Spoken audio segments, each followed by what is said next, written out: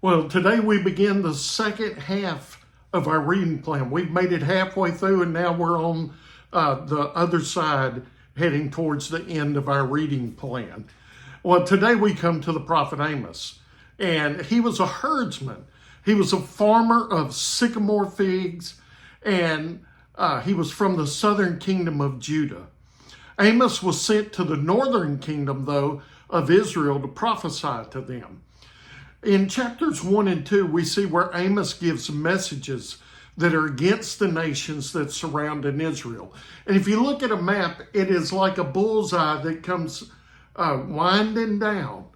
And then Israel is right there in the middle, and Amos gives a message against Israel.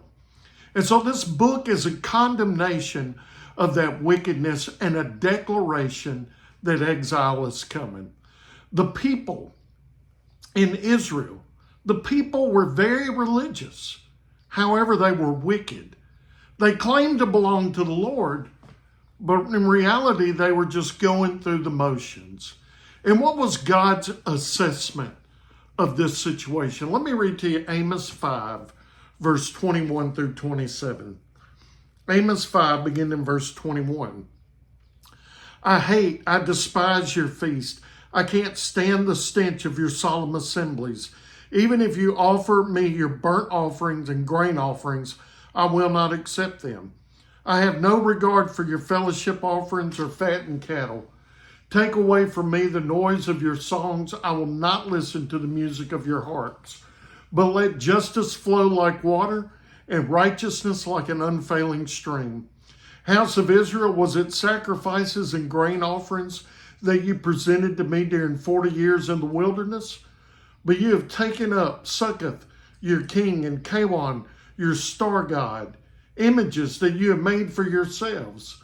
So I will send you into exile beyond Damascus. The Lord, the God of armies, is his name. He has spoken. The people of Israel, they were very religious, but they were wicked. Their religiousness was just going through the motions. God had no regard for their acts of ceremony, of just going through acts of worship. Because of their wickedness, they were known for their injustice and known for their idol worship. And so it calls us, or it should call us, to examine our own life. Are we just going through the motions? Think about that.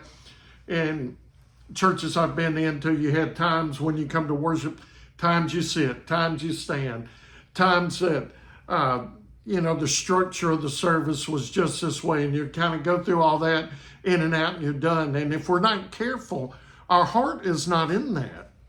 And so examine your life. Are you just going through the motions? Join me again tomorrow as we continue looking at the book of Amos.